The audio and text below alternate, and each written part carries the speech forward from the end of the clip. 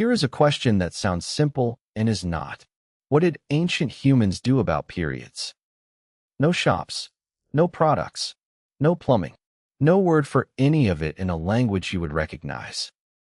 Most people assume the answer is grim improvisation, and that is roughly where the thinking stops. The real answer is stranger than that, and it starts somewhere unexpected.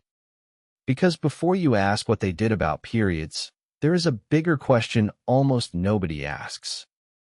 Why do humans have them at all? Almost no mammals menstruate. Dogs don't. Horses don't. Cows, cats, rabbits, and mice don't.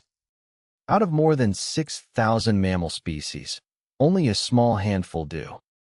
Some primates, some bats, elephant shrews, and, oddly, the spiny mouse. That is essentially the entire list. So this is not the normal mammal arrangement. It is a rare one, and it needs explaining. Here is what most mammals do instead. Their uterine lining only thickens after a fertilized embryo arrives and signals for it. No embryo, no lining. Nothing built, nothing to shed. Humans do the opposite, and the technical name for it is spontaneous decidualization. The lining thickens every cycle, on a schedule, whether or not there is an embryo anywhere. And if nothing implants, all of that tissue has to go somewhere. That is a period. It is the cost of building in advance. Which raises an obvious question. Why would a body build something it usually does not need? The leading answer is genuinely unsettling, and it is about conflict. In 2012, Dina Amera, Roberto Romero, and Gunter Wagner laid out the argument. A human embryo does not politely attach to the uterus. It invades it. Human placentas burrow deep into the uterine wall and tap directly into the mother's blood supply.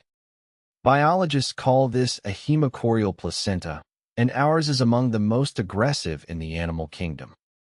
The fetus benefits from taking as much as possible. The mother has to survive this pregnancy and the ones after it. Those two interests are not the same. So on this argument, the thickened lining is not a welcome mat. It is closer to a defense. The uterus builds it in advance, so it is ready to control whatever tries to burrow in. And building in advance means shedding it when nothing arrives. Every cycle. Which brings us back to ancient humans, and to the part that surprises people most. They almost certainly menstruated far less often than you do. Not a little less. Dramatically less. A woman in a modern industrialized country can expect somewhere around 400 periods in her lifetime. Anthropologist Beverly Strassmann went and actually counted the alternative.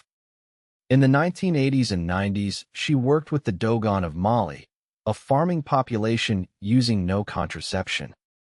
Dogon women used menstrual huts, which meant Strassmann could record, night by night, who was menstruating. She did this for years. Her result, a Dogon woman averaged around 100 periods across her entire life. Roughly a quarter of the modern figure. And a foraging population would likely have been lower still.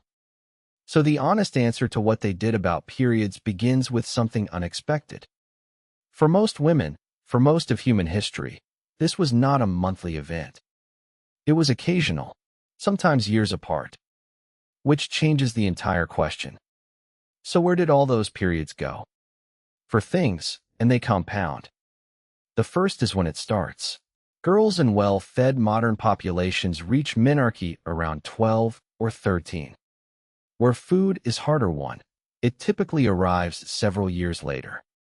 That alone removes years of cycling from the start of a life. The second is pregnancy. Without contraception, a woman spends a great deal of her adult life pregnant. 6, 7, 8 pregnancies was ordinary.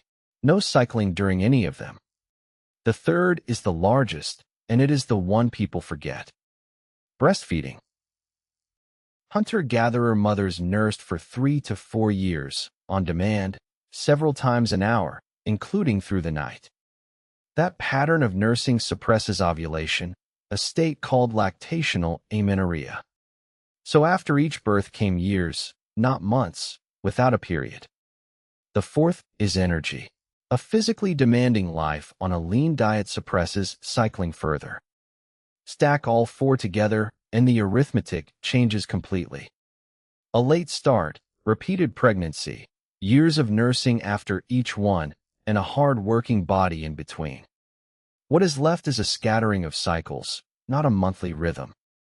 The 400-period lifetime is not the human default. It is a very recent situation. Which does not mean it never happened. It did, and something had to be done about it.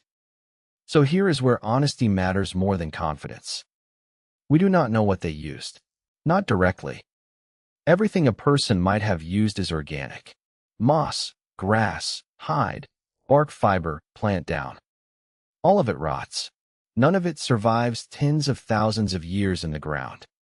There is no menstrual artifact in any museum from the Paleolithic because there could not be one.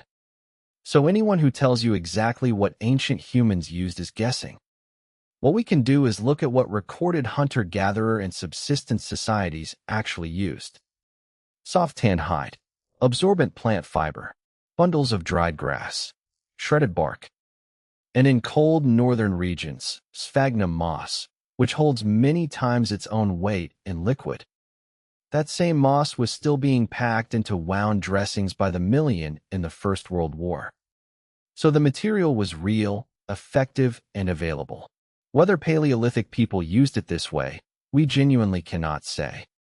And here is a claim you will find repeated everywhere that deserves a warning label. You will read that ancient Egyptians used tampons made from softened papyrus. It appears in article after article, always stated as fact, and it traces back to no solid source at all. That is not evidence. It is a very old rumor that got tidy. Now the part that gets argued about hardest. Many societies recorded by anthropologists had menstrual huts, or restrictions on what a menstruating woman could do or touch. It is tempting to read all of that one way, as straightforward oppression. And in plenty of documented cases, that reading is fair.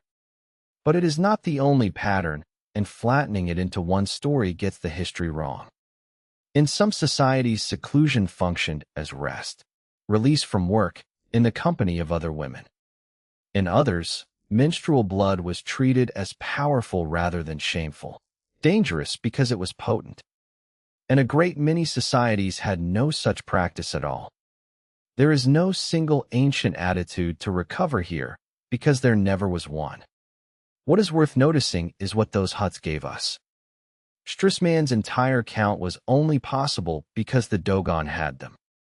The best hard data we have on how often women menstruate without contraception exists because of an institution anthropologists still argue about. History is frequently like that. What almost certainly did exist everywhere was knowledge, and it was not written down. When it starts, what is normal? What is not? What helps?